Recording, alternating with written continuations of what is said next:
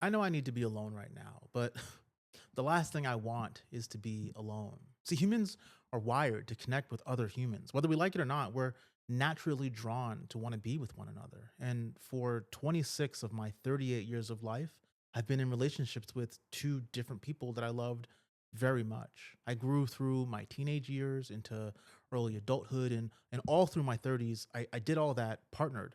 I've spent more time of my life being someone else's person than I have just being myself. So of course being alone feels bad. It's literally out of the norm for me. And that's why I know that now is the time that I have to be alone, to learn what it means to just be with me when I can't just rely on someone else to fill my life or my soul. And I've come to believe that you need to know who you are by yourself before you can really show up for someone else. Something that most people stumble through in their teens and 20s that I'm experiencing for the first time now approaching 40. And I get it.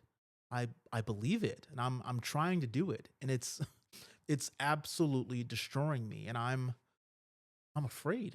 But even with that fear, I know that being alone is what I need to do right now. It's a choice that I make for myself every day. But there's something that nobody can really prepare you for about choosing to be alone. At least for me, it doesn't actually feel like a choice most of the time. It feels like something is missing all the time. And the worst part isn't even the loneliness itself, is that I can't tell if what I'm feeling is actually growth or if I'm just putting myself through unnecessary pain and calling it growth because the idea that I'm truly alone is just too much to bear. But I think I finally understand why it feels like that. Most of us were never taught to be alone for reasons we didn't know when it was happening. We thought that real love meant never having to be alone.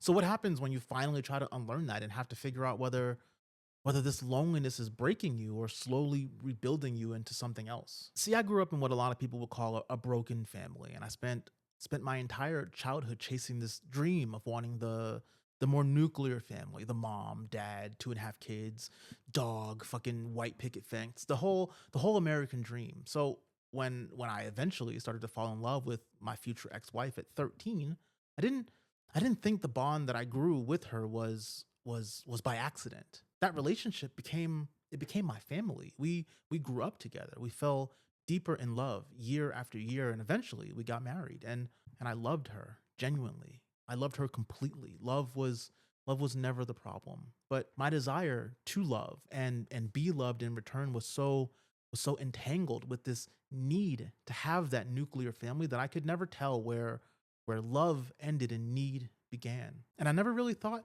to look either because why would you question something that felt as good as that did? And when my marriage ultimately ended, I fell into another relationship from being friends who were just reaching out for someone to hold on to into COVID where we really both relied on each other for survival to real love again. And I didn't plan for that to happen. It just did. But two people in survival mode eventually have to build on something that's sturdier than just need. And I don't think we ever did. Even though we did love each other very much. And that relationship ended a few months ago. And for the first time in 26 years, there's nobody. It's just me. So what have I actually learned about being alone for the first time? Well, it's way fucking harder than I thought it was ever going to be. See, I wake up every day in a life that was built for a future that never happened. My entire professional career, 15 and a half years at my job was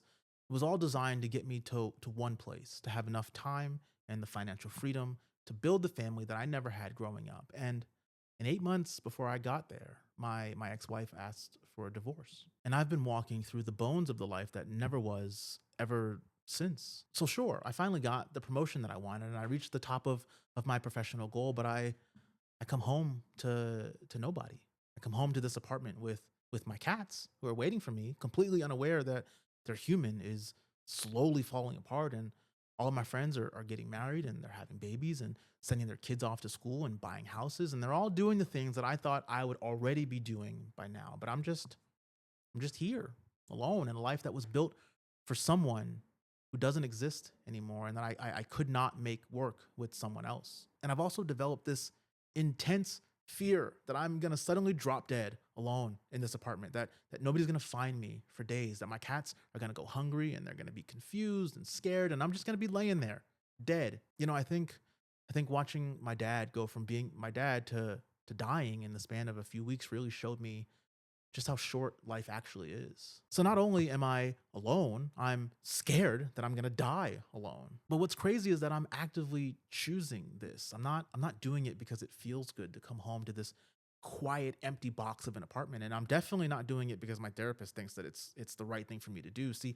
she actually thinks that I'm being too hard on myself about all of this, and I'm sure she's probably right, but I'm choosing to live in this isolation anyways because I know something about myself that I can't unknow. You know how there are women who say that they were born to be a mother? Well, I think I was born to be a husband. Being a husband is genuinely the best thing that I think I've ever been in my entire life. And because of that, because that pull in me runs so deep, I know that if I don't figure out who I am alone, I'm just gonna keep loving people out of need instead of choice. I'm afraid that I'm just going to attach to the next person who shows me any kind of affection and I'll end up calling it love. And because of that, because that pull in me runs so deep, I know that if I don't figure out who I am alone, I'll just keep loving people out of need instead of choice. And I'm afraid that I'll just attach to the next person who shows me any kind of affection, and I'll end up calling that love. And I know better than that now. So I am choosing to be alone. And not because I want to be, but I'm choosing it because I think I have to be. And I don't know if that's growth yet, but it feels like the first honest choice that I've made about love in a very, very long time.